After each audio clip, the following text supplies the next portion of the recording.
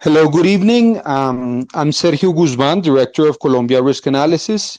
This conversation is going to be recorded, and in a few minutes, we'll start with our panelists that are going to join us, and we can start discussing what the implementation of the peace agreement under Petro is going to look like.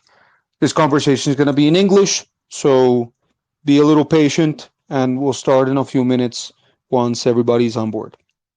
Hi, Steven. Can you unmute yourself real quick and give the audience a quick hello? Yep. Hello, this is Stephen Holmes. Great, thank you. So Gimena and Jamie should be working to get on their phone apps so that they can join the discussion. Hi, Gimena. Good evening. Could you test out your mic just to make sure that we're all good? Good evening, everybody. Wonderful. Thank you. All right, so in the interest of time, while Dr. Shenk joins us, let me begin by thanking everybody for being here. This is a conversation about what the implementation of the peace agreement under the Petro administration is going to look like. This is a reflection that at Colombia Risk Analysis we've been having for a few months. Coming into the election, we were thinking, what will the next president of Colombia do with the implementation of the peace agreement? And we were fortunate enough to have Stephen Holmes present here today, write a report for us on exactly this, prior to the fact of knowing who Colombia's president-elect is. So at today's Twitter Spaces, we're going to have a discussion precisely about what that is, looking at overall conclusions, what can we begin to understand about not just where we are with the implementation of the peace agreement now, but what we expect will happen with the implementation of the peace agreement during the next 4 years. And so first, I'd like to welcome our speakers, Dr. Jamie Shenk, Gimena Sanchez from WOLA, and Stephen Holmes. If you could just introduce yourselves really quickly, let the audience know who you are, what you do, what involvement you have with Colombia and the study of the Colombian peace process, that would be great. And then we can do a little summary of the paper for those of you who haven't read 40 pages since we published them yesterday. So please, I'll start with you, Dr. Shenk, and Gimena following that. Hi, thanks so much for the invitation, Sergio. My name is Dr. Jamie Shenk, and I'm a postdoctoral fellow at Harvard Kennedy School's Ash Center for Democratic Governance and Innovation. Sorry, it's a bit of a mouthful. I've been working on Colombia for the past 7 years, looking at various issues related to drug policy and peace implementation, participatory governance, so cutting across a few of the sectors that Petro is hoping to implement. Really looking forward to this discussion. Hi, good evening. I'm Gimena Sanchez. I'm the director for the Andes at the Washington Office on Latin America, an independent advocacy organization that promotes human rights, democracy, and social justice through the U.S.-Colombia relationship. I have worked on Colombia since 1998. Areas of focus have mostly been ethnic minorities, women, LGBT people, and the various peace processes. Thanks again for inviting me. My name is Stephen Holmes. I am I was an intern at Colombia Risk Analysis, and I am a second-year master's candidate at Johns Hopkins School of Advanced International Studies with a concentration in the Americas, as well as the principal author of this report on the implementation of the peace agreement under Petro. So tell us, Stephen, before we begin and we kick off having our guests speak, what was your report on, and what did it find? What were some of the broad conclusions that you can point us into, so that both Dr. Shenk and Gimena can sort of kick us off in the discussion of broadly what can we expect will happen to the peace agreement under Petro? Yeah, absolutely. So Petro obviously enters office at a very pivotal and crucial time for the implementation of the peace agreement.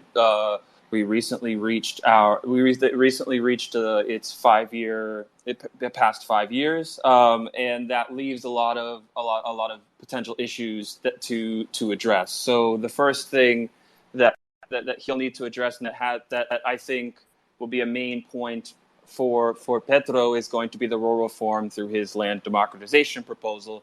It's also going to be it's going to be one of the more difficult parts for him to address. It's the least implemented so far, and it has a lot of it's very expensive. It has a lot of aspects that need to be addressed in it. The areas that I've found and think that Petro will be more successful in are points 2 and 5 of the peace agreement. So that addresses the transitional justice aspects as well as the political participation aspect, but those don't also come without their issues. Specifically within the transitional justice part of the peace agreement and implementing that part, he will face a lot of difficulties dealing with the implementation of some form of reparations for victims of the conflict. And with regard to political participation, he's going to face a lot of conflicts with regards to he's going to face a lot of conflict with regard to the safety of ex-combatants, because the political participation in point 2, the key aspect of it is maintaining the safety of the ex-FARC. But the area that he's going to be facing a lot of issues in is point 3, end of conflict, which is the security aspect of it. Petro has obviously started to make progress with regards to negotiating with the ELN and the overtures from the coalition led by the Gulf Clan, but that's going to be 2 very difficult processes to carry out, as well as the overall problem of citizen security in Colombia and the elimination of the illicit economy. Thanks, Stephen. So, Dr. Shenk and Gimena, if I could just get your initial reaction on the report, if you read it, or on Stephen's summary that he just gave right now, but also, Gimena, if you could just talk a little bit about the report that WOLA also put out early last week about the implementation of the peace agreement itself. Dr. Shenk? Yeah, I think Stephen and his report were pretty comprehensive in terms of covering the big challenges that Petro will face. I think one thing that's worth noting, and I think is worth keeping in mind as we discuss the peace process in general, is that a big challenge is frankly just that the implementation of the peace process is going to take longer than Petro's administration. It's going to take longer than 4 years, especially since it's been set back by an administration that was so hostile to many of the points that were in it. So I think there are particular challenges that I know we'll go into as the conversation progresses about specific points in land reform, political participation, security, things like that. But I think it's worth keeping in mind that transitions to peace from conflict take a long time in general.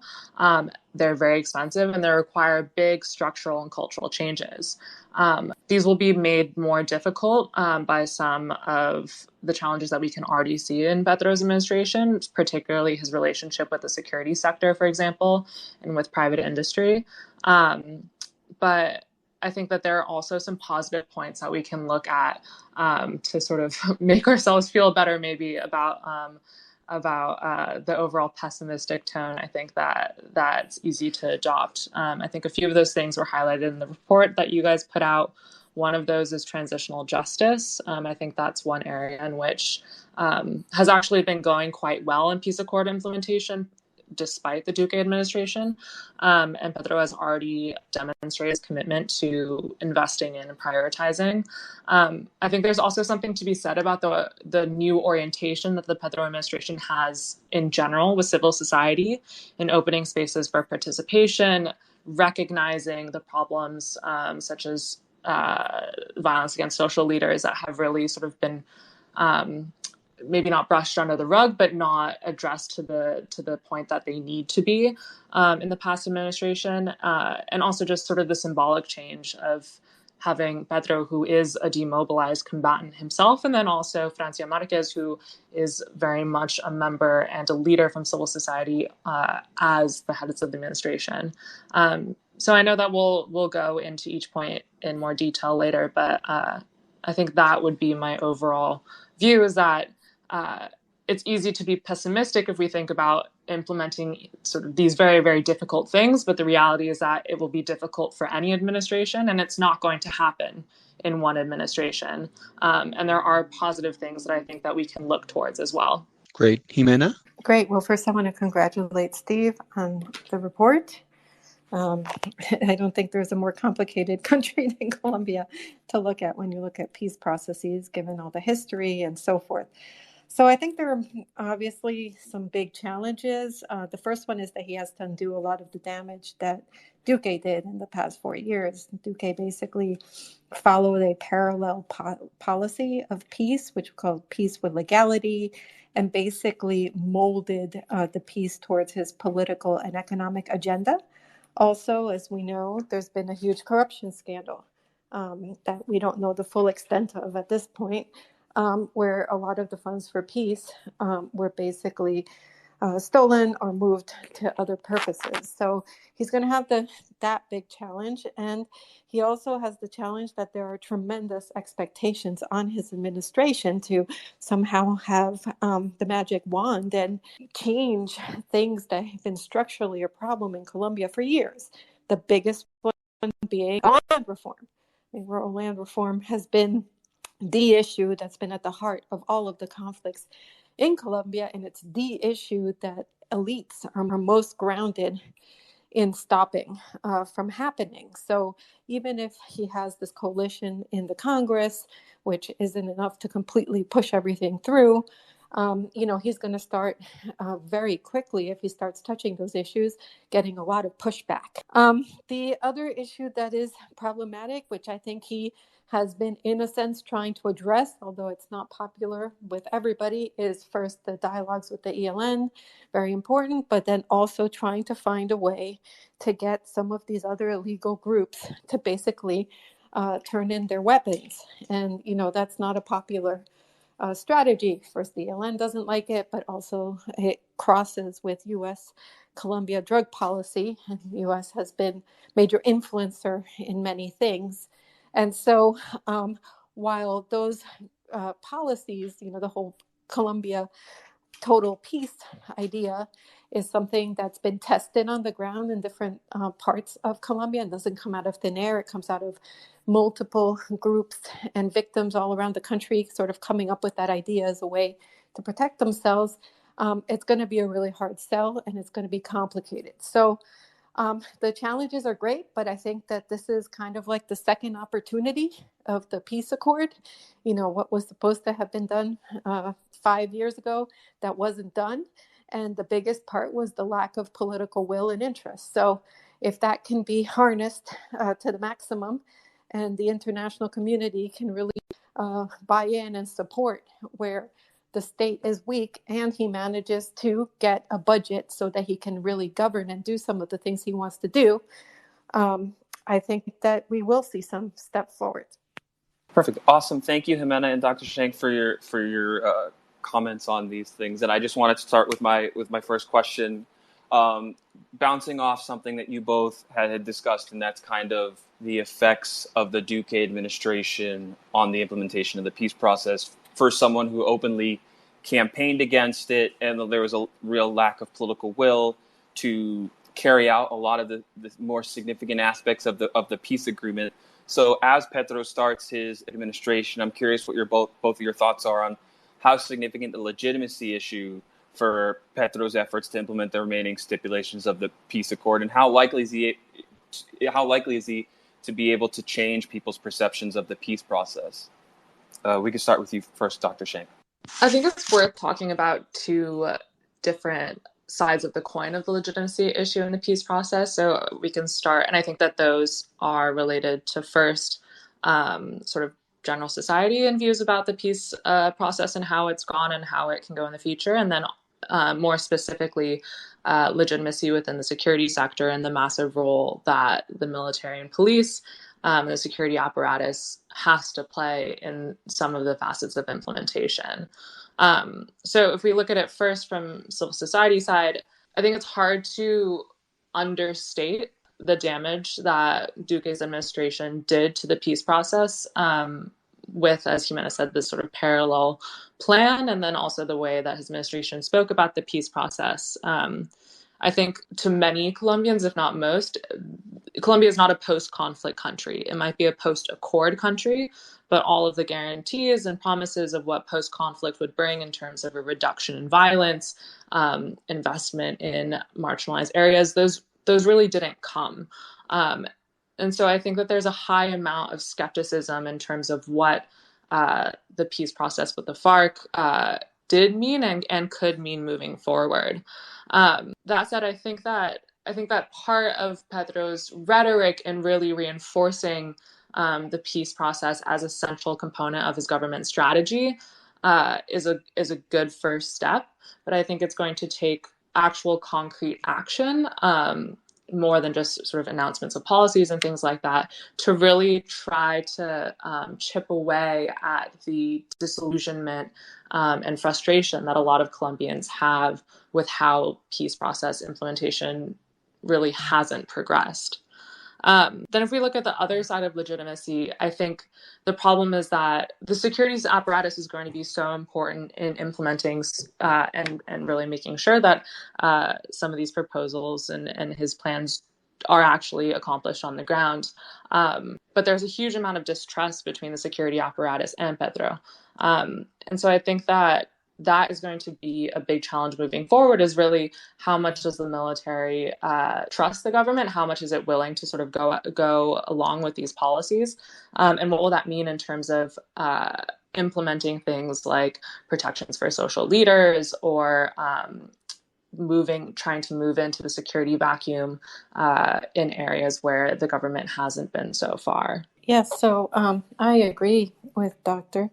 Basically, I think the security sector is a major problem. I mean, he's going to have to show to most of the Colombian populace that implementing this accord will bring them more security. But we've already seen that the first steps he's taken by naming Ivan Velázquez as Minister of Defense, and then how he changed the whole cúpula and what he said in his inauguration speech is that corruption is going to be the first thing that he wants to root out of the armed forces, which is a very long, entrenched, complicated problem. So you want the armed forces to, on the one hand, clean themselves up, but then on the other hand, change their entire doctrine, which is really based on the Damascus doctrine and training from the United States, to a really civilian protecting force, which is something that's going to be complicated. So I think the biggest challenge is he's going to have to prove that peace actually has actual benefits for people.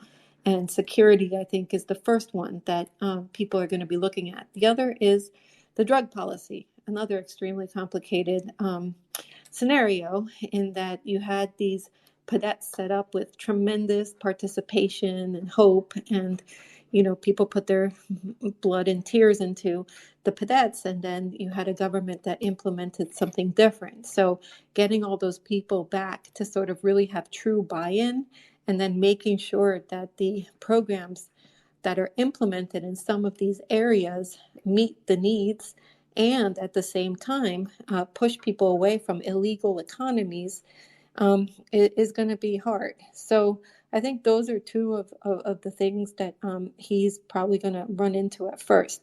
Now, with the ethnic groups, I would mention that basically under Duque, absolutely every advancement in terms of ethnic minority rights, dialogue with ethnic minorities, previous consultation, everything went backwards. If he were to make Francia Marquez the lead, for example, in this Ministry of Equality, to guarantee that the ethnic chapter of the peace accord really has legs, and that the entities that implement that and follow that actually have teeth and budget, I think that might go a long way in terms of the rural territories that are ethnic, and that might be seen as a positive sign for the other areas that may be more complicated. Okay, perfect. And so one of the things that I do want to, I guess, touch on is something that Gimena, you just mentioned. So one of the overarching issues is obviously the legitimacy problem, but the other overarching issue for the peace implementation process is how is Petro going to pay for it? aspects such as the comprehensive rural reform are very expensive, and Petro is going to need a variety of funding as well as financing from within the government. So I'm just curious what you both think will be the way that Petro approaches financing all of the aspects of the peace implementation process. And Gimena, we can start with you if that's cool. Sure. Well, I think the way that he plans to finance is twofold. One is he wants to do this reform, and the project basically looks at going after the richer Colombians and sort of making them have this solidarity tax, so to speak.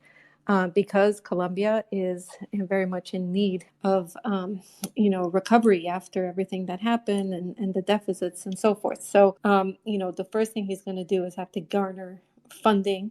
And I think what he's probably going to end up doing is going to the international community and basically going to the UN Security Council, going to the United States and trying to get the US to make more of their funding go to the peace agreement. So the U.S. is the number one funder of the peace agreement, but if you look at the total military aid, that still remains really high. So maybe he will negotiate with the U.S. that some of that military aid should go towards consolidating peace. That could be something.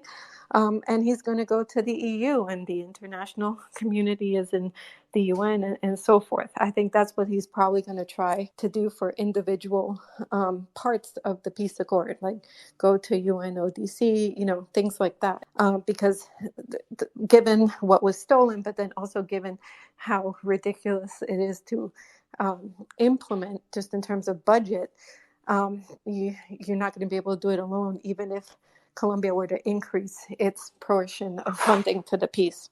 Dr. Shenk, do you have a comment or shall we move on to our next topic? No, I mean, I think I agree with everything that Gimena has said. I think realistically, there probably just isn't going to be enough funding to implement everything in the peace accord in the next 4 years. I think that what we'll likely see, especially if Petro has to go to the international community, is that we'll see sort of piecemeal funding. And sort of what gets funded then is not fully up to Petro, right? It's up to the priorities and politics of the international community. And to both of your points on how the international community is gonna step up and help Colombia do this, there's a number of constraints globally for this. Number one, there's not particularly a generous environment. We're not during COVID times where monetary policy rules didn't matter and countries felt particularly generous towards those less well off. But we also have much larger crises to deal with globally. Ukraine that we think of. We have obviously for the United States a domestic issue is migration. But with regards to the implementation of the peace agreement last year, and Gimena alluded to this, we had a very big scandal regarding how funds were allocated to the OCAD peace projects, which are the peace projects that are funded with royalty funds that go to finance peace initiatives in the PDET municipalities. So to what extent do you think this curbs or this limits the enthusiasm of foreign donors should they want to donate to Colombia? Is this something that they will begin to look at with a closer eye? Is this something that will affect their proclivity to donate to Colombia, or will it just make donating to Colombia a little bit more cumbersome on the due diligence side? I'll start with you, Gimena. Well, it's not the most promising selling point if you're going to go to donors.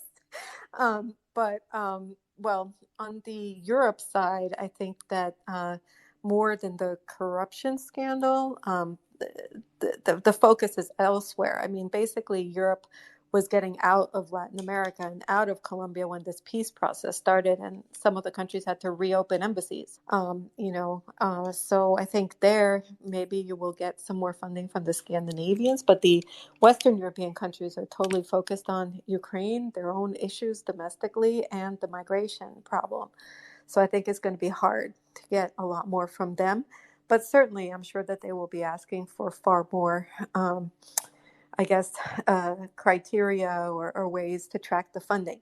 The U.S. is interesting because the U.S. always takes its money and never shares it into any common funding pools because it's appropriated by the U.S. Congress. And there, I think the challenge is going to be more convincing the Republicans on the select committees that would need to, help increase that or shift the funds than anything else. But the U.S. tends to be very closely watching where its funds go and very much controlling them in many ways. So I don't think that the corruption thing itself will be an issue as much as the politics in the United States, given that we have elections coming up in November. Yeah, I don't have a whole lot to add to that, aside from, I guess, coming from Europe and the UK. Just moved back to the States from being in the UK for 6 years. I think it's really clear how much the focus of the international community outside of the US has shifted with COVID, and with the Ukraine crisis, not just Ukraine, but also the food crises that are resulting from the war in Ukraine, and sort of the ongoing humanitarian impact of COVID. So I think it's a particularly bad time to be seeking international funding for the peace accord in Colombia. I completely agree with both Gimena and Dr. Shenk's points. And further on the U.S. issue, something that I looked at in my report and am curious to see is Petro envisions radically reshaping Colombian drug policy, doing away with forced eradication, which is something that the U.S. has previously supported. And I'm curious if he attempts to reshape Colombia's drug policy, how that affects U.S. aid, especially, as Gimena notes, like elections in November and possibly a party change in 2024. We saw Trump during his administration threaten to condition aid to Colombia. So if you see a spike in coca numbers, do you see an administration or a Republican Congress attempting to condition aid to Colombia now, especially with, comments such as those by Florida Governor Ron DeSantis calling, Petro a narco-terrorist? I'm not sure if you want me to go first, but I'll just go ahead. Basically, it's going to be a problem. Though, in theory, if you read Biden's new, more holistic drug policy towards Colombia, it's not that far away from what Petro wants to do, which is basically shifting how you determine whether or not there's an advancement in drug efforts by basically counting it through coca hectares. That said, this is Biden's idea. The U.S. government is not completely all in the same page on this issue. If you're looking at the anti-narcotics part of the U.S. government, there's tremendous fear. There was already a lot of wariness because the coca hectares, went up obviously during the negotiations and after. And there was a lot of, concern about that, although they did certify the past couple of years, especially since they can no longer use one of the tools that was basically their given tool, which was to aerially fumigate, which is a great tool because you destroy the coca right away, although it regrows most of it very quickly. It's a good one for, selling the idea that your programs are working. So I think that we'll have to see once coca is going up or what have you, whether or not it's going to be the drug warriors that win or the more State Department diplomatic types that are looking to, work well with Colombia and have this more harm reduction and holistic approach. I think it's going to be a debate. I mean, the Western Hemisphere subcommittee actually did a whole report. And if you look at the report, a lot of the recommendations aren't too different than what these both Petro and Biden want to do. The problem with the drug war is that everybody knows that the way that it's going about doesn't work and fails. But all of the answers to how you turn that around are all long term, and politics is short term. and people have to think about getting reelected. And that's why people go back to policies that they know don't work, but that may, at the moment, give them a drop in coca hectares. So I think this is going to be a debate. Yeah, I think it's also worth sort of contextualizing this, that there's been this longer term movement among leaders and more former leaders really in Latin America about changing global approaches to drug policy more towards harm reduction and towards sort of the vision that I think both Biden and Petro have put forward. But yeah, the problem is that the way that the U.S. has measured sort of compliance with drug policy targets and sort of movement towards that is antithetical to the programs that are part of that sort of new paradigm of alternative economies and things like that. And it's going to take time for Petro as well to implement those things. It's going to rely so much on those rural reform initiatives and funding for those that we've already discussed, that the timeline is just not going to match up, especially with the U.S. midterms and probably a shift towards a more Republican Congress here. And just, I guess, shifting notes here, but it's still a connected issue, something that I'm very curious about your thoughts, both of your thoughts on, is how Petro is going to approach citizen security. Violence in the countryside in certain departments is higher than it was prior to the signing of the peace agreement. There have been almost 400 assassinations of FARC ex-combatants since the signing of the peace accord, and almost 1,400 social leaders and human rights defenders who have been killed since the signing of the peace accord. So I'm curious how both of you think Petro is going to address this very serious issue of citizen security, especially in the rural conflict-affected territories. We can start with you first, Gimena. Well, I think that this is going to be a big question for the left. So for 200 years, Colombia was governed, obviously, by the moderate right and right that definitely had the very hardline security approach towards, all the violence in the country, and basically take no prisoners kind of a way of dealing with that. Obviously, there's going to have to be a balance between actual militarization and use of the military so that they protect people, and a mix of what he's announced in the inauguration and elsewhere, which is this basically flooding the countryside with support and opportunities, because that's not going to shift the security problem quickly. That's going to take a while. So I think that this is going to be a big test, where he's going to have to make concessions, and he's going to have to work with,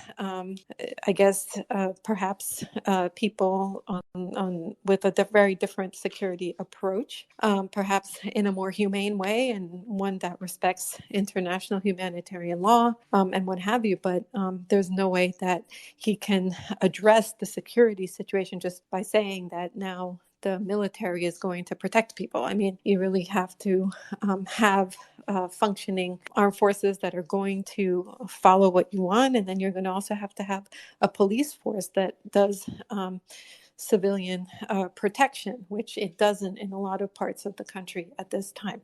Yeah, I think that what Petro is asking the military to do is to completely change its culture and its sort of orientation towards the Colombian public, right? It's a military that's been, in one way to put it, is at war with its people for decades, and that orientation didn't change under Duque with his politics of democratic security. So I think that that's going to be an extremely difficult change to implement, trying to sort of have this broader cultural change within an institution that's so skeptical of the president. I think that's a really tall order to ask, and that's sort of the crux of this seguridad humana approach that Petro has introduced. One of the questions when looking at this issue of killings of social leaders and crucially former signatories of the peace agreement, the people of the demobilized FARC who became part of civil society and have been killed in the hundreds, What sort of does this mean for Petro's attempt to negotiate total peace with groups like the ELN, like the Gulf Clan that he's proposing? How can Petro and the government of Colombia reassure people with whom the government reaches a peace agreement that their physical security, that their safety will be guaranteed? Or is it more like a blank check that these people sign with the government, hoping for the best? And what incentive does that give them to actually disarm and demobilize? I'll take Dr. Shenk's comments first, and then Gimena. That's a great point. And I think beyond the ELN, we have to think also about FARC dissidents who may have left precisely because they weren't experiencing security guarantees after demobilizing. I think it's a massive challenge that really undermined the Colombian government's position in negotiating with any of these armed groups. I think it's interesting in Steve's report, drawing from the Kroc Institute's evaluation of peace accord implementation, that the category that the government scores, or that the peace process scores highest in, really is in this sort of demobilization end of conflict, because in one sense you can say yes, they turned FARC members turned in their arms, but in terms of actually having that guarantee to security and changing that incidence of violence in the countryside, like that hasn't happened. So I think it's going to be a big question in these negotiations with other groups, is sort of what are they getting out of it? And I think it's an even bigger question than it was with the FARC, where it was maybe countered by the political guarantees or the rhetoric of sort of a political peace in that negotiation, because I think we have to really think critically about whether negotiation with the Gulf Clan or with the ELN is about a political solution, or if it's about sort of economic guarantees for people who have been involved in what's really just illicit economies, like how much of it is politically motivated. So all of this is to say, I think that that's going to be a massive issue in the future negotiations, unless this government can demonstrate that it is making concrete steps, it has a concrete proposal to try and address this issue of violence against those who've demobilized. I agree. I think that it's going to be a bit easier with the ELN because perhaps the UN verification mission, the MAP-OEA, could be extended to in some way monitor that, and that might give them a bit more of a level of security. However, for there to be real security for ex-combatants, and if you look at the history of all the peace processes, or when different groups have turned themselves in, there's always been a high rate of them killed.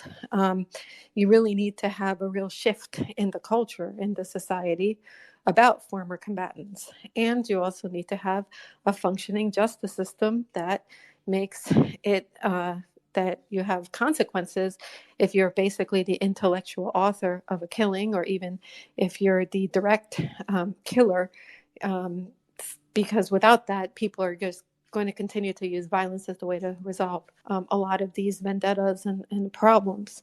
So I think that with the ELN, it may be a bit easier, even though it's not easy. But with the other groups, here we're touching upon some really interesting questions when it comes to international law. The whole UN system is based on the human rights treaties, on international humanitarian law and how it operates. What about these actors that really don't fall into being political actors? And what's going to be the case with that?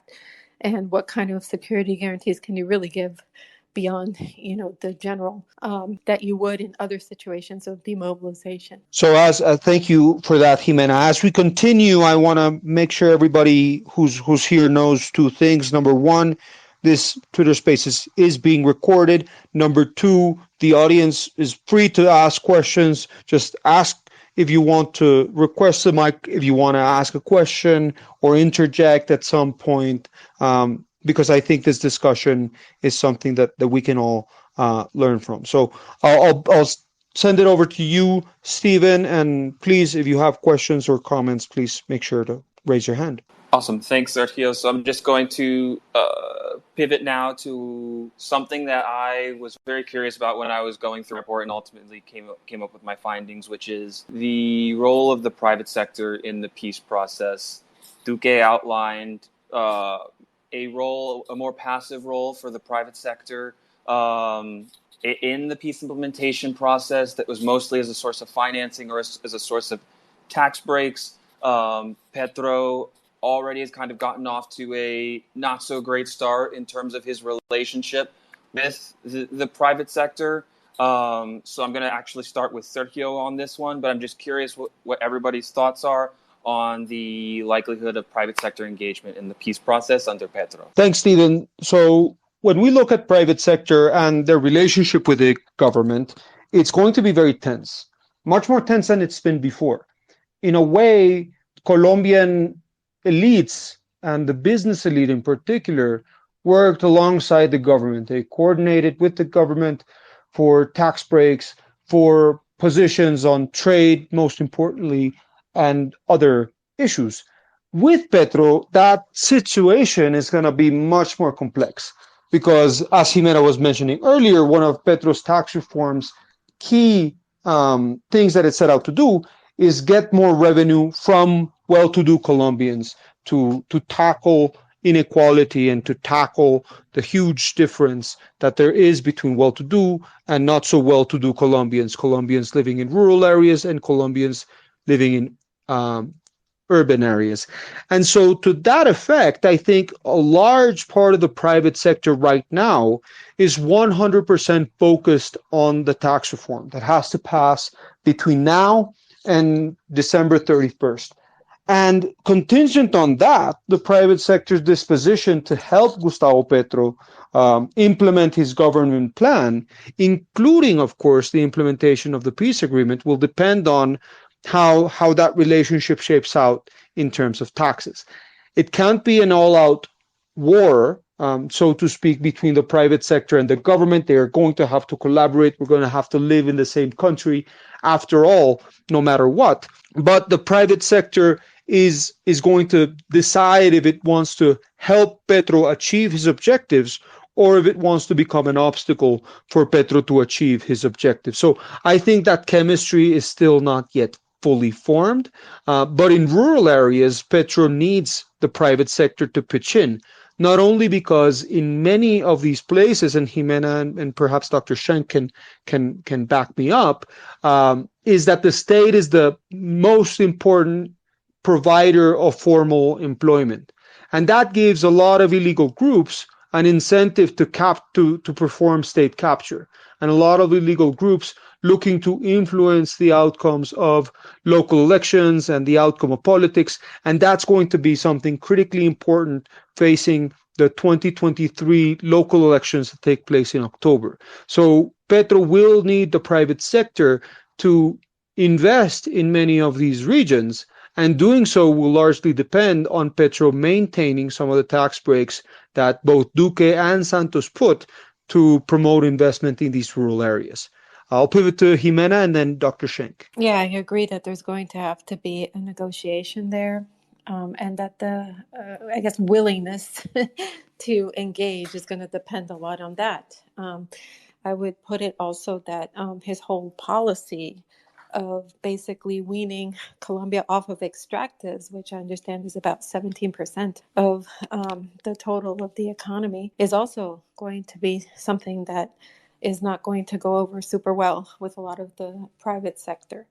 So I agree that he's going to have to negotiate and see really what he can give them, but then also be faithful to what his program should be, and so that he can also deliver to the people who voted for him. Yeah, just to go off of what Gimena just said, I think that that's going to be a big tension, right, in these negotiations, is that part of Petro's appeal to many Colombians was sort of the change that he promised, and I think that his policy towards the extractive sector is one of those.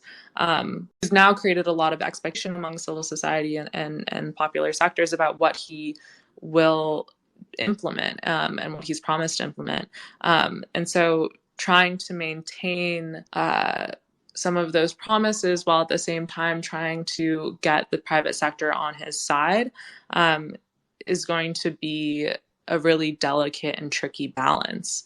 And I think one that we're already starting to see shift maybe a little bit in some areas, at least in the extractive sector, more towards the side of private enterprises. We've already seen Petro sort of tone down some of his language in that, and then we'll sort of see what the response is from his supporters. So I think this is going to be an ongoing tension, especially in this first year of government, to see sort of which way he sways and what that means in terms of both popular support, but then financing for some of these programs, especially going into rural areas. Evidently, Petro's election is not just historic, but very symbolic. He was a former M19 fighter. He himself participated in a demobilization process almost 30 years ago, not with the same conditions we have now. But perhaps more symbolic than Petro is the election of Francia Marquez as vice president, the first Afro-Colombian woman to participate at such a high level in politics. And now, considering how the Afro-Colombian vote and the indigenous vote really helped Petro win the election in the second round, he owes not just a debt of political gratitude, but really a debt to focus on some of these Afro-Colombian issues, on some of these rural issues. And there's an ethnic chapter in the peace agreement that, Gimena, I'd like you to address and tell us a little bit more about, that remains largely unfulfilled. And there's enormous expectations about what Petro and Francia are going to be able to do to implement this agreement and this agreement's ethnic component. So are expectations overblown?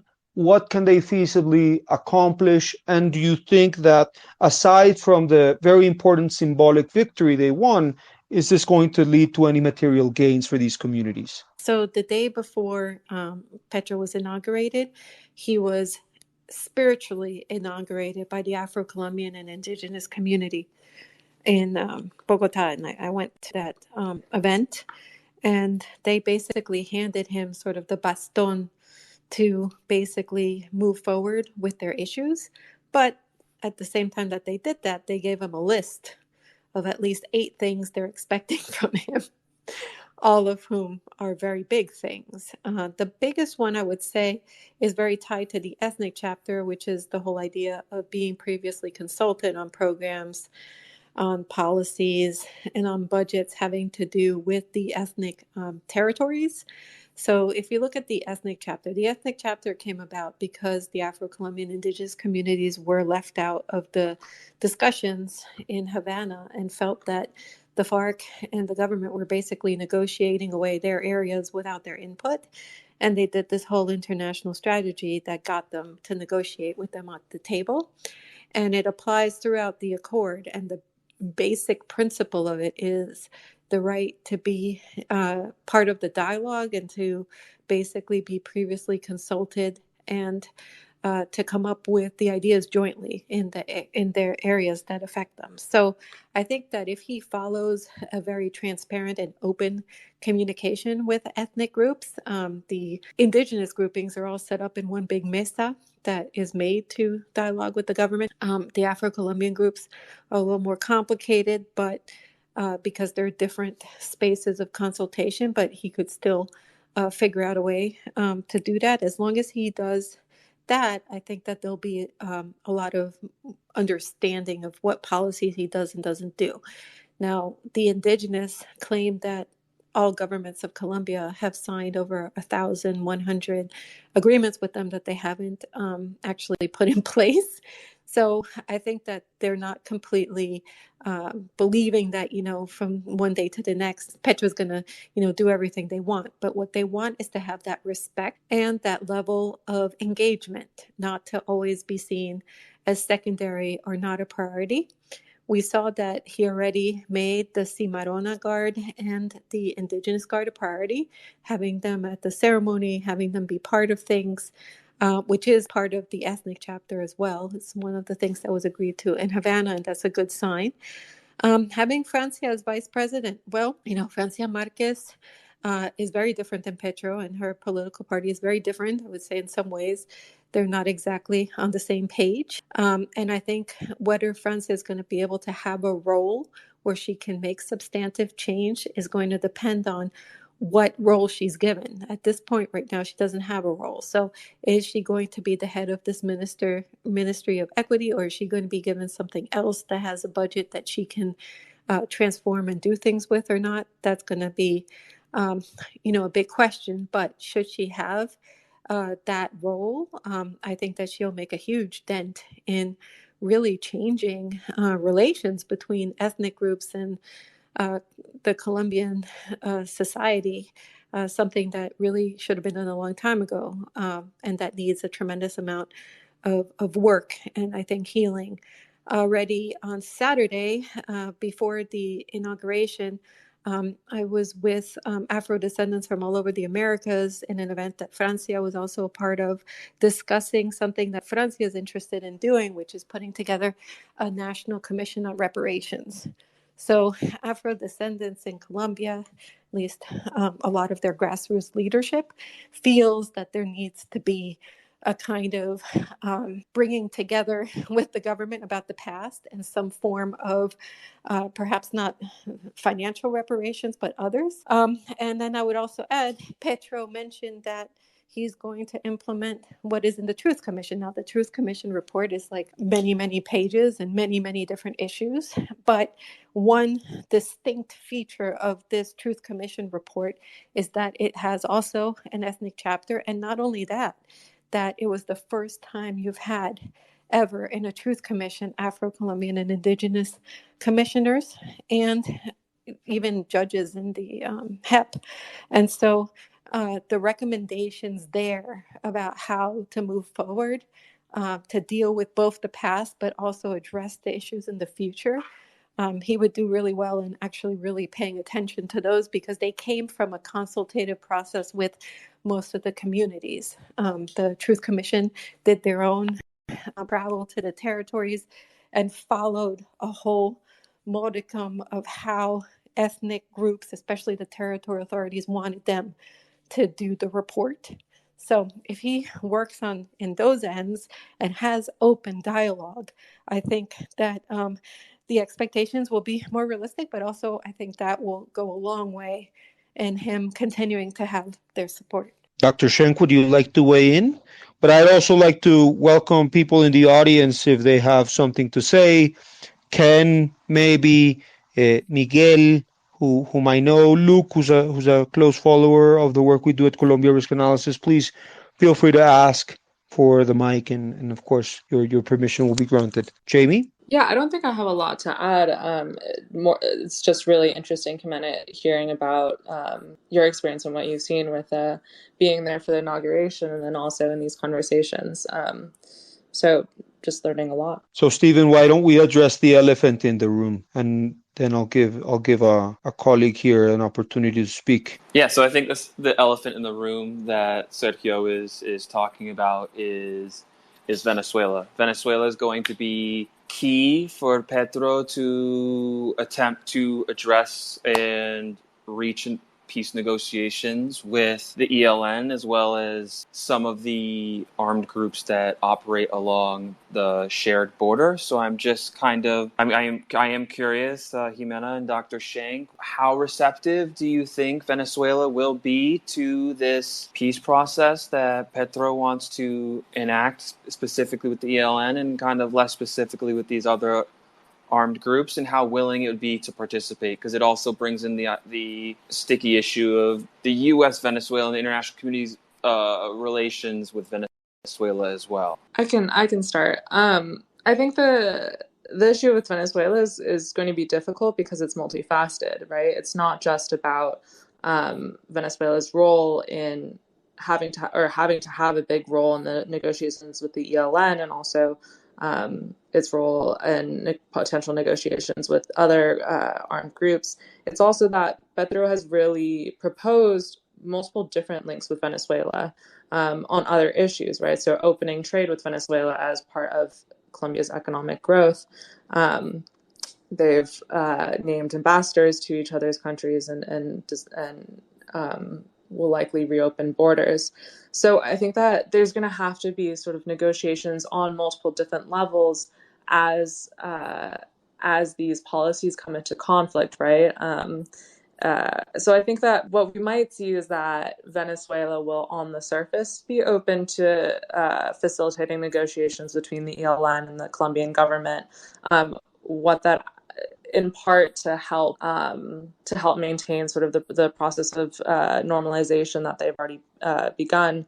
But how much political will or how much real investment they will make in ensuring that or facilitating these discussions with the ELN is less clear to me, given how much the Venezuelan government has come to rely on the illegal industries that the ELN participates in. So I think it's an elephant in the room, but it's also a sort of a difficult one to figure out what it's going to do. Yeah, I mean, I actually think that Colombia could play a really good role in the dialogues on the Venezuela crisis. That, obviously Duque was very hesitant and didn't want to be a part of for all the reasons that had to do with geopolitics and his party and everything. But I actually think if Colombia were to get involved there, we may actually see some kind of negotiation in Venezuela. In my view, I don't think Venezuela is in any position to support the peace process.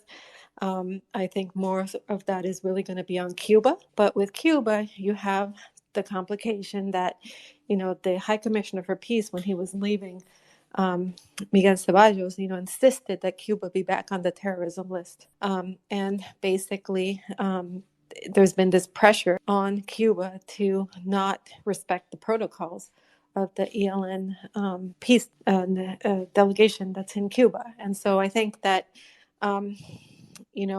Venezuela, I don't think is going to be such an issue as much as Cuba. But the reality is, given the tremendous security situation along the border, the displacements on both sides of the border, the thousands of Venezuelans going into Colombia, and then all the illegal groups on both sides. ELN has probably penetrated the most inside Venezuela, but there are still all the other groups. I've been going to the border the past couple of years, and my last trip there were like 13 different groups in just Catatumbo.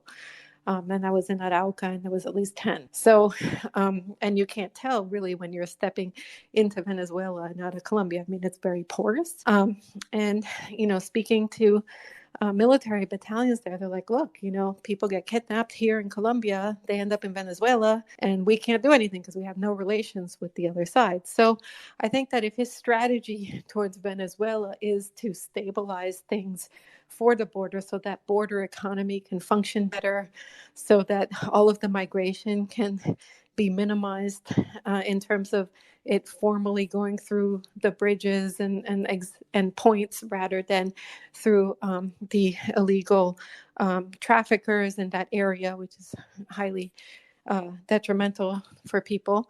That's very, very positive for both countries. Now, opening up the relations to the more geopolitical problem. I mean, we already saw that when the Petro government mentioned that they were thinking of getting Maduro, that there was a lot of pushback, and then they didn't do it. So I think if they maintain things in terms of the mutual interest along the border, it shouldn't be a big issue. But I don't think Venezuela is really going to have much of a role in the ELN. I don't even think they have the authority or capacity over the ELN to really make that much of a difference. What I do think might be good, and for it to be reconsidered, was at one point there was this idea circulating of, the talks going from different places. So first Ecuador, then Chile, Cuba, maybe even Norway. I think that might be a much better approach. Of course, you have all the issues of, getting these people out of those countries and being able to travel and all that, which is very complicated. But at least I think that not relying on Venezuela, I don't think they can really rely on Venezuela for this. Thanks, Gimena. We've had a very patient listener on the line, BK Mockingjay. You recognize you can unmute yourself and perhaps ask our guests the questions you may have or comments. Thank you. Hi. So yo soy colombiana, but I have dual citizenship. So I've been an activist for about 20 years in this country. And so this is a two-part question. How do we counteract with anti-leftist rhetoric by Republican elected officials in the US? And how do we invigorate or reinvigorate political engagement here in the US with Colombian citizens who may have some influence in local government to shift the anti-Latin American political independence from U.S. Imperialism? Sorry, I know that's a big question, but thank you. That is a big question, Jimena or Dr. Shenk. Any Sure. takers? Yeah. So this is a big question. This is something we deal with a lot since I work a lot on the Hill. And the biggest problem that I encounter is that there's a lot of false information. And really, a lot of that information comes from who goes to the Congress. So the Colombian governments, the last couple of ones, have had a tremendous strategy of influencing U.S. policymakers and concentrating what they think the image of Colombia should be by going to the Congress nonstop and what have you. I don't know if this government of Petro is going to have that same strategy or not. But to say, I'm saying that because a lot of the views of the South Florida Republicans and Ted Cruz and Marco Rubio come from that constant information coming from the right governments, as well as all of their friends, many of whom they're still in DC and are in influential circles. So the way to counter it, in my view, and kind of what we've tried to do all these years, is to bring the voices of the people affected by the policies, that it's not a right-left issue, but a this doesn't work issue, or this creates harm issue, or there are better ways to do things issue. I think that tends to work a lot more. And, we've engaged with Marco Rubio's office and others. We talk to everybody, and we see that there are openings really there if you come to it from the how this could benefit the U.S. if you do it differently.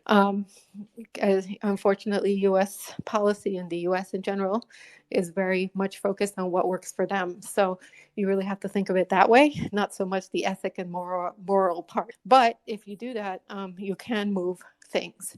Now, in terms of a kind of like a movement of people in the United States, Colombian American and otherwise, sadly, when the free trade agreement was signed between Colombia and the U.S., what used to be one of the main Latin America advocacy agendas died.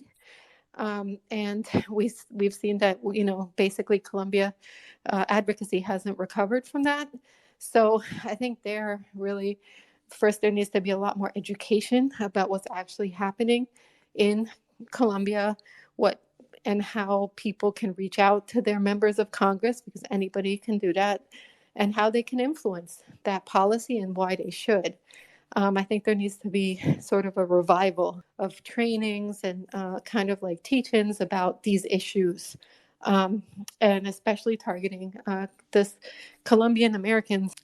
Colombian Americans have always been thought as mostly right because they've voted for rightist external candidates. But now you have actually the external candidate in the Congress is a YU woman, Geneva, who's progressive. So with her getting elected, there's been a bit of a revival in some parts of the country. Especially Minnesota, Florida, and New York, on Colombian Americans who, it's been a long time that they've been living in the U.S., have been becoming involved. And so I think that that would be basically something that, well organized, could certainly help educate a lot more Colombian Americans. Yeah, I think Gimena and WOLA are probably the best position to really, because WOLA has been working on this for so long, trying to provide an alternative perspective of what is going on in Colombia to sort of the right wing view. I think that what I'll add is that I think if we look at it from the grassroots as well, there might be interesting connections, right? We've seen in the U.S. huge Black Lives Matter movements, and a lot of grassroots movements that have parallels with what's going on in Colombia and what the Petro administration really stands for.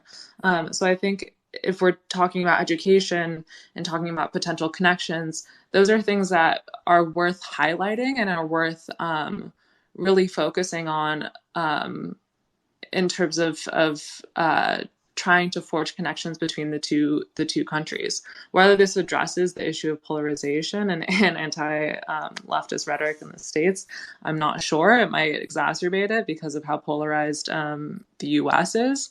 But I think in terms of providing an alternative vision or maybe a more nuanced or a different vision of what Colombia is and has been over the past few years, those are some areas that are worth sort of exploring and taking advantage of. Thanks, Dr. Shenk. Paulesa, you're recognized. You also have a question. So I have a couple of requests for the speakers, and one is if they can give us their view on the military forces and the police in Colombia under Petro. Like Petro has done a lot of work into changing at least the direction of the military forces and the police. But we know that the corruption is at all levels. So if we can get a bit of your points of view into how or what do you see, how do you see the role of the military forces and the police playing out in the peace agreements? And also Clan del Golfo and Bakrin and the other groups that are not leftist groups by definition. So just to get a little bit of comments from the speakers on that. Thank you. Thank you very much. Gimena or Jamie? Sure. So just full disclosure, I've worked on many cases of corruption within the Colombian armed forces, and actually been something I've kind of been focusing on.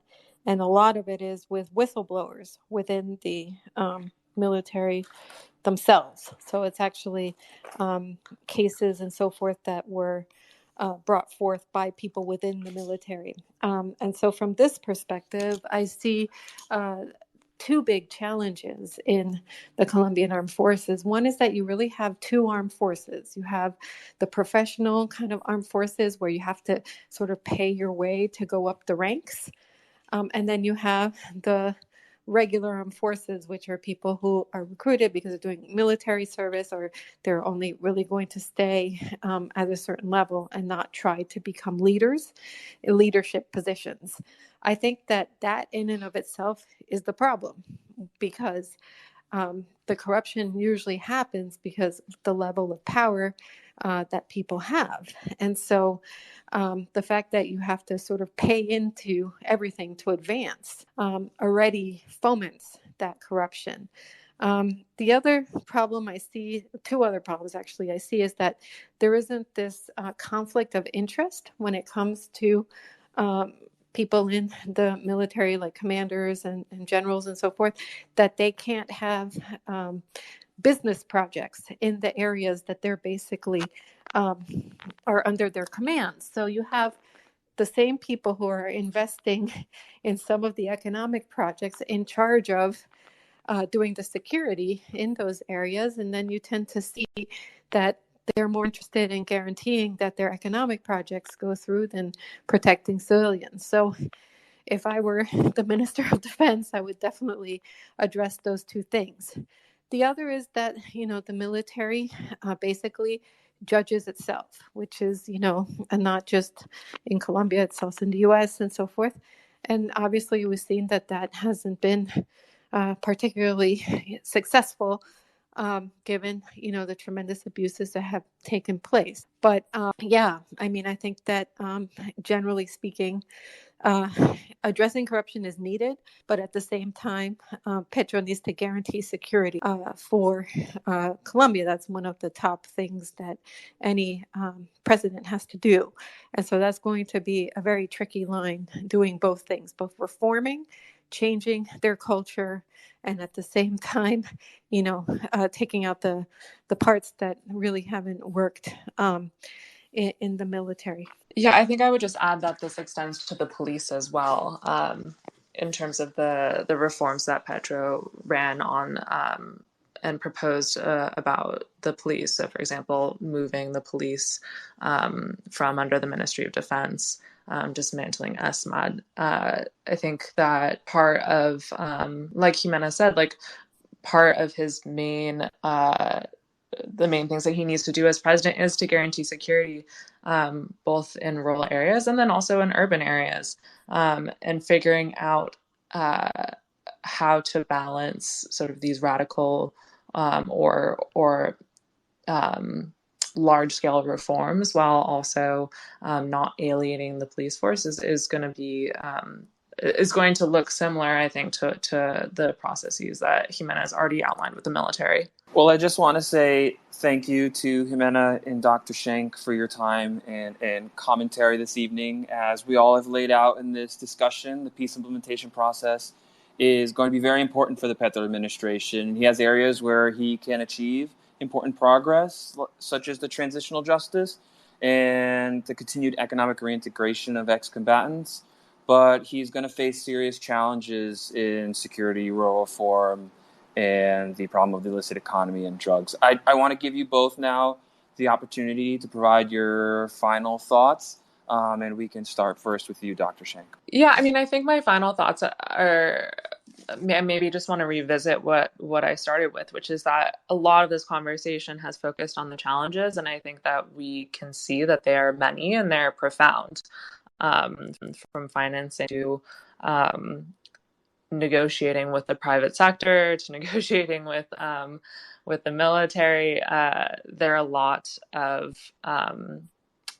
stakeholders that I think are skeptical of Petro and are sort of skeptical about what he'll do to maintain the status quo or change it in a way that that doesn't benefit them. But I think at the same time, it's worth, or at least I like to maintain a bit of optimism that there are areas in which Petro can and really has the potential to make great strides, if we accept that full implementation or anything close to that is would be difficult for anyone.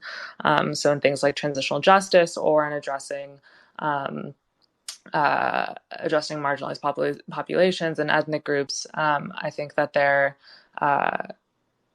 could be a lot of hope if Petro is able to not get bogged down in some of these negotiations and challenges that we talked about. I would just say that, the advocate in me really sees this as an opportunity, because this is the first time in Colombian history that there'll be an attempt to do things differently. And it's, in a sense, going to be an experiment of how that's going to work and what's going to work and not work. But I think it's pretty exciting that things are different, and people who are leading the country are not from the same families and the same background, but incredibly more diverse. And I think that, it's not going to be easy, but already some things that gave me some hope was like Petro meeting with Uribe, for example, his number one nemesis for years, showed that perhaps Petro can be kind of like somebody who will reach across to his opposition and people who are very different than him. And hopefully when that opposition starts to criticize him very badly, he doesn't follow the same route that all of the prior presidents and governments have done, which is to persecute people. So I think that this is a moment in Colombian history that's actually very fascinating. And, it's not easy. The lists are long, but these are all structural, historical problems that we're talking about. So at least we will see attempts to do things differently, and that should be give the possibility of a different way that actually works. Well, Gimena, Dr. Shenk, on behalf of Colombia Risk Analysis, I'd like to thank you sincerely for the generosity with time that you had with us today. I'd like to invite everybody who's listening to follow Gimena and to follow Dr. Shenk, as well as Stephen, who wrote a fabulous report that you should all download. It's available on our website for free, both in English and in Spanish. This conversation was recorded and will be posted to our YouTube channel. So thank you everybody for tuning in. Have a great evening. Thank you.